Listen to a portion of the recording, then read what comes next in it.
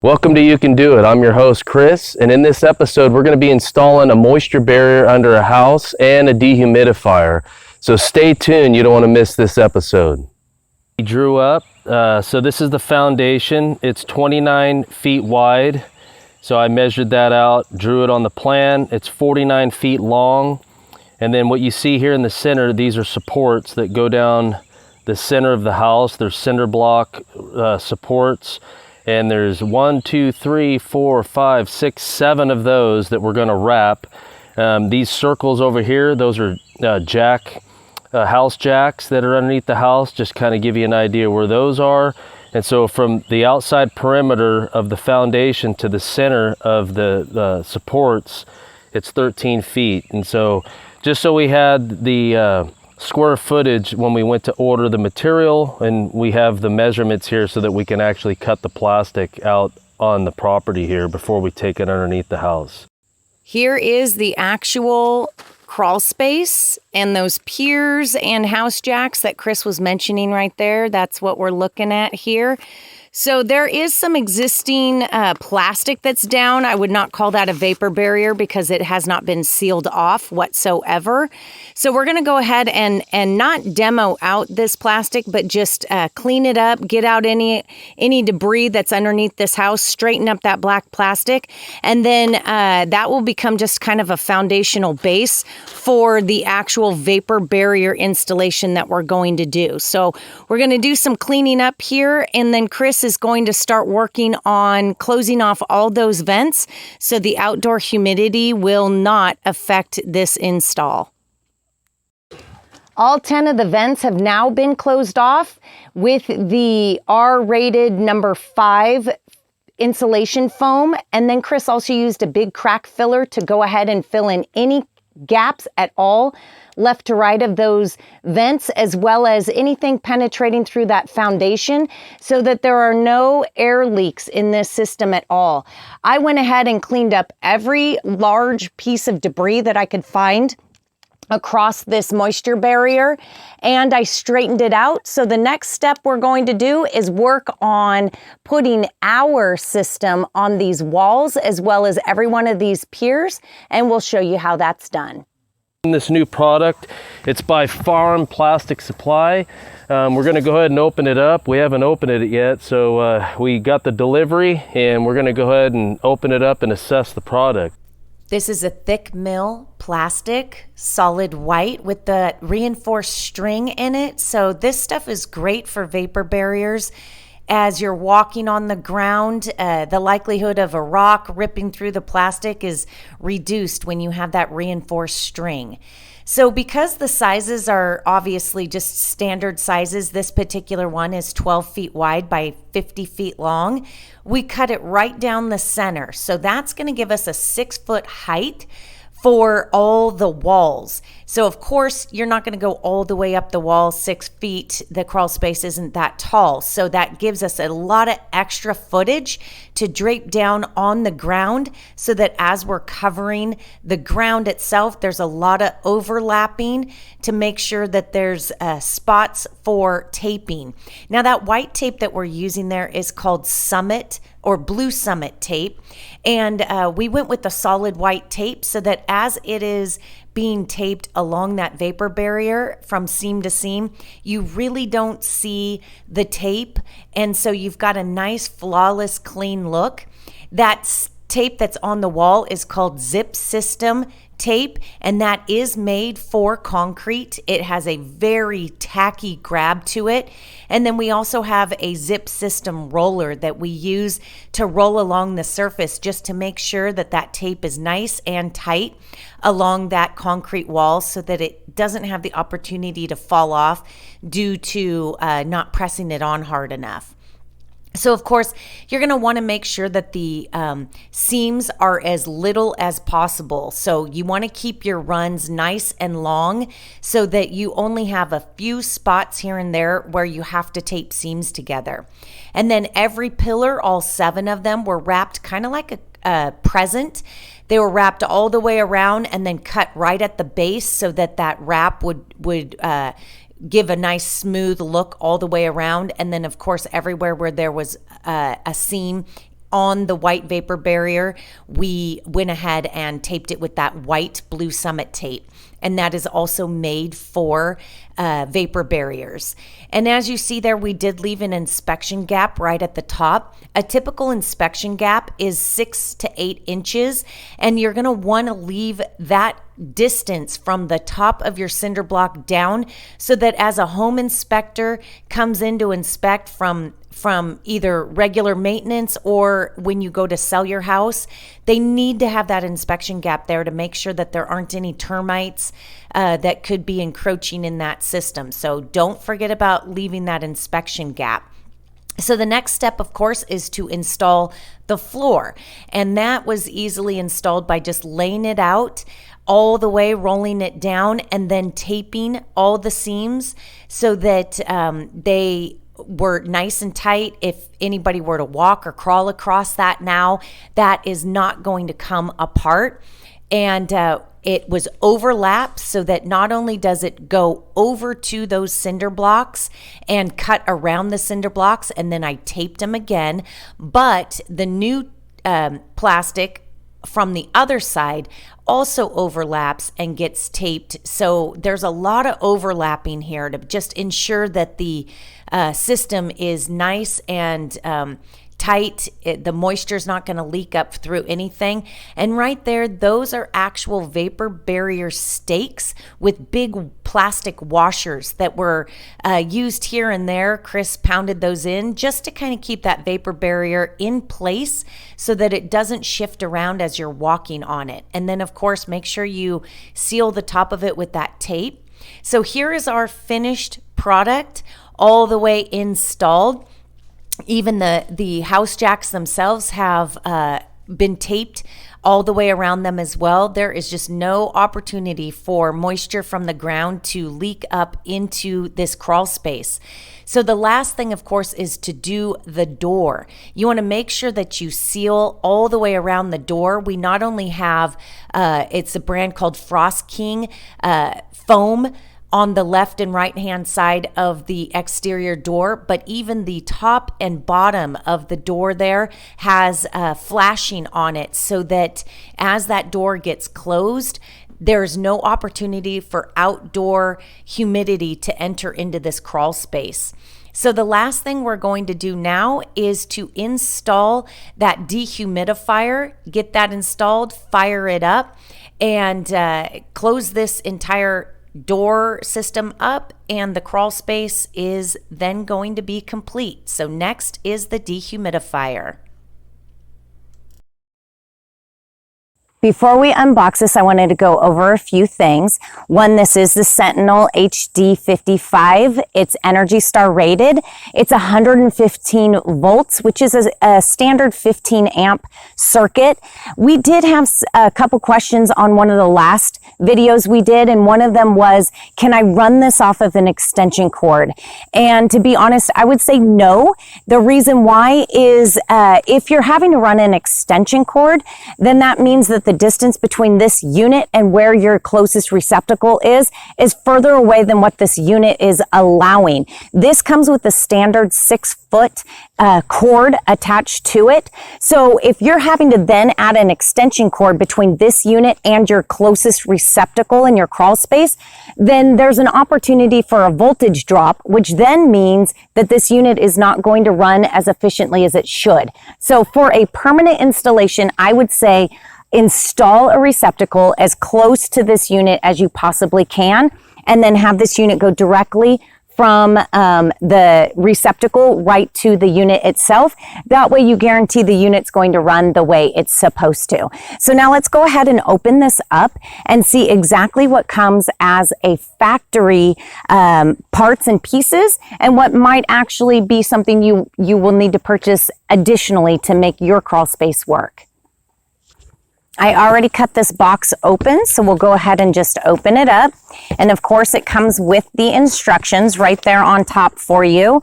There are some additional parts and accessories that you can purchase if you want, such as a remote control that would be mounted somewhere in your house or maybe a garage, to where you can keep an eye on this unit without actually having to go to your crawl space and look at the stats on the side of the unit.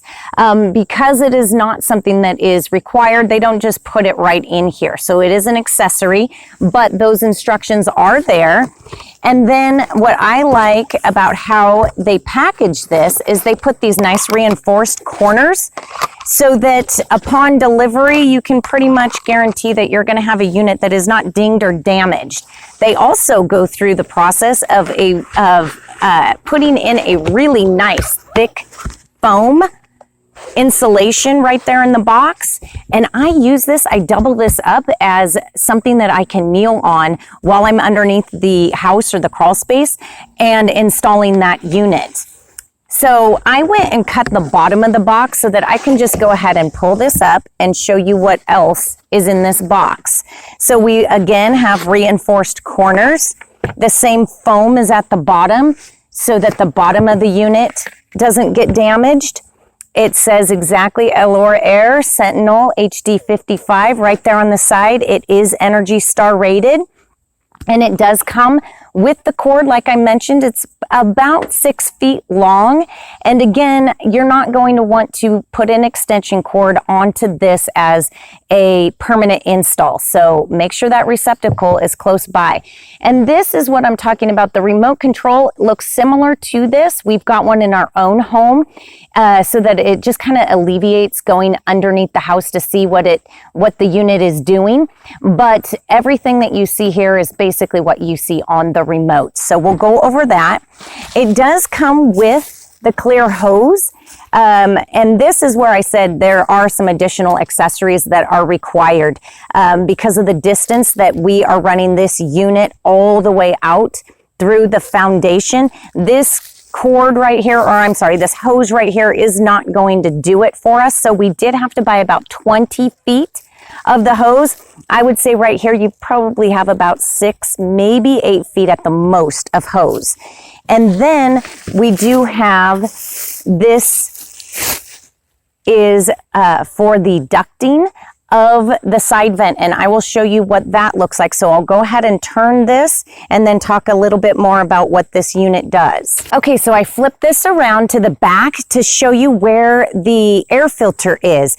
There's a neat little button right down here that you just go ahead and push, grab a hold of that air filter and pull it out. This air filter can actually either be vacuumed out or you can wash it or rinse it out, but just make sure it's fully dry before you put it right back in.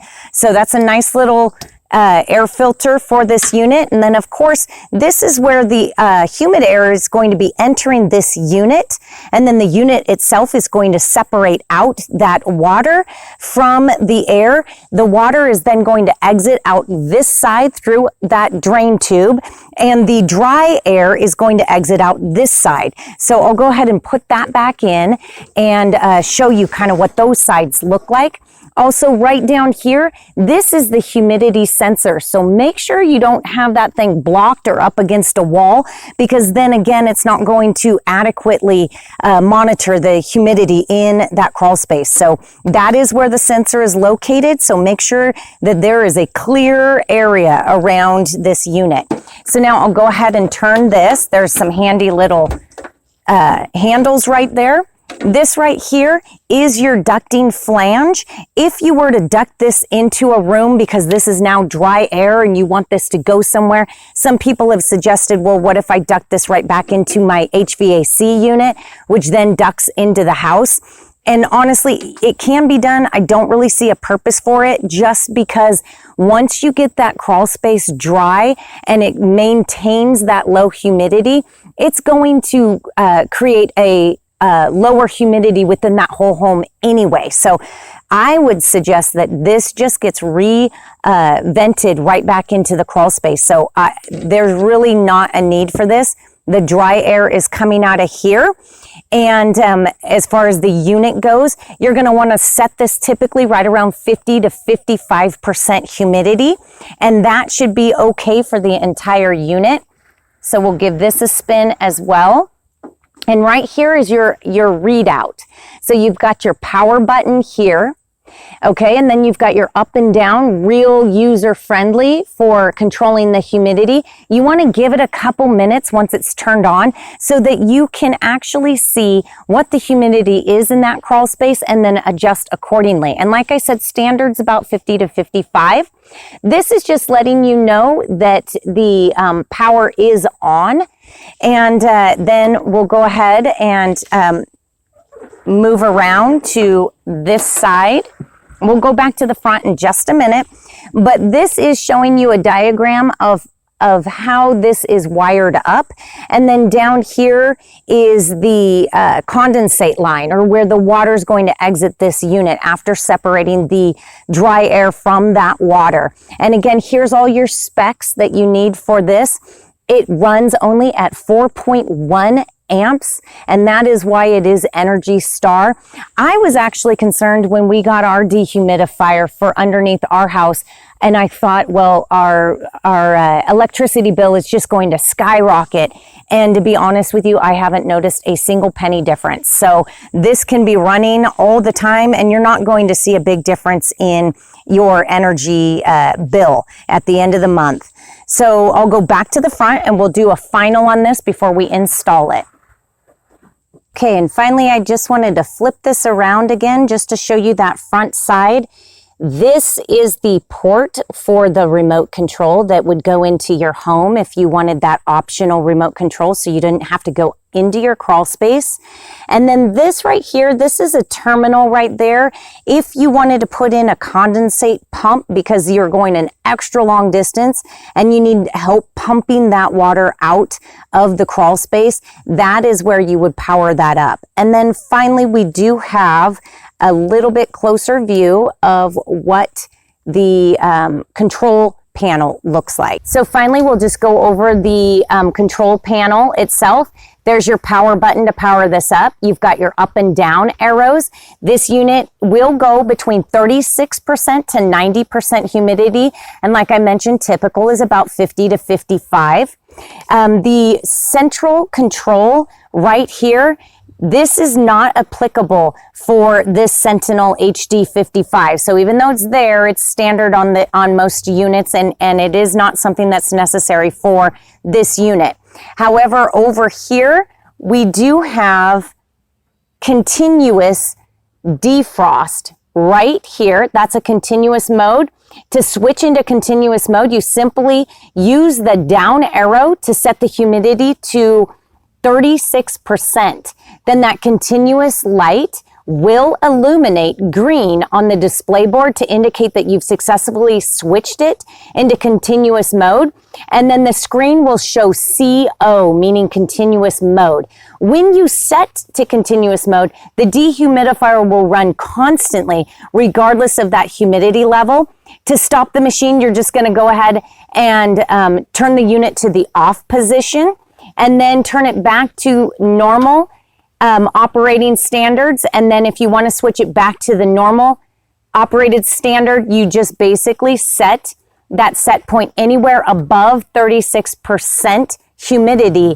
And then it will go on and off depending on the humidity or relative humidity inside that crawl space. So again, this is used only if you want a continuous dehumidification. And that would be in a situation where maybe it's extremely humid at the very beginning of this install, and so you want to wick out as much moisture as you possibly can. But as a normal operating, you would set this right around 50 to 55. So let's go ahead and get this thing installed and show you how it operates. All right, so we got the rack installed. So we use some angle iron here and put the corrugated mesh in here. Actually, it's expanded metal. So we get airflow coming through.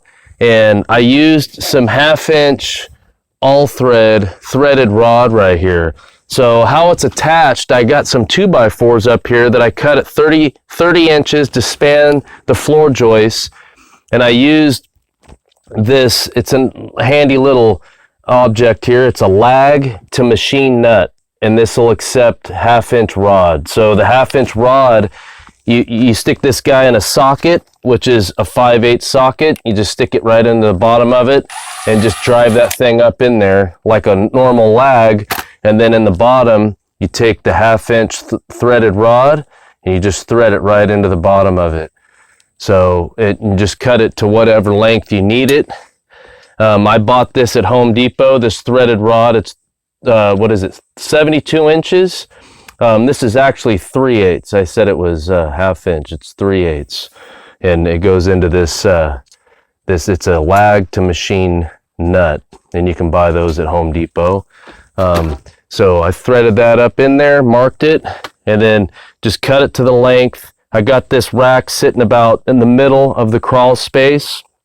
And then just get yourself some 3/8 nuts and put those on there and just tighten them up. Get your rack nice and level, left to right, front to rear, and it's ready to go. So we're ready to put this dehumidifier on there, plug it in, and get the drain line plumbed. The dehumidifier is now installed right on that rack system, and Chris went ahead and ran the power cord up the all thread along with some zip ties, and then he ran it right across that floor joist on over to where the receptacle location is, less than 6 feet away, and he zip tied the cord to the floor joist as well so that it does not become a trip hazard.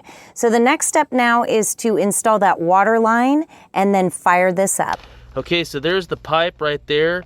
I'm going to take my drill bit with the step bit. I'm going to drill a hole the correct size of the pipe. And here's the pipe that we're going to run in. We're going to run this in. It's 1/2-inch PEX. And then we're going to transition over to the clear tubing that the factory gives us so that we can clearly see the water coming out of the machine. So I'm going to go ahead and drill this hole.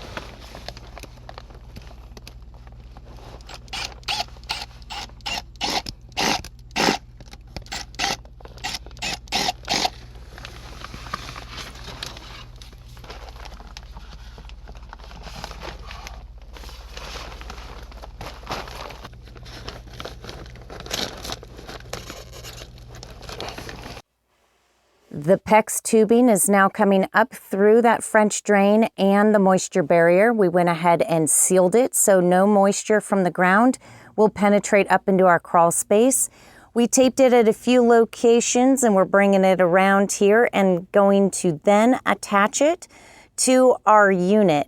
Make sure that when you're doing this, you have at least a 1/4 inch fall in height for every 1 foot of distance so that that water doesn't get stuck somewhere in the pipe.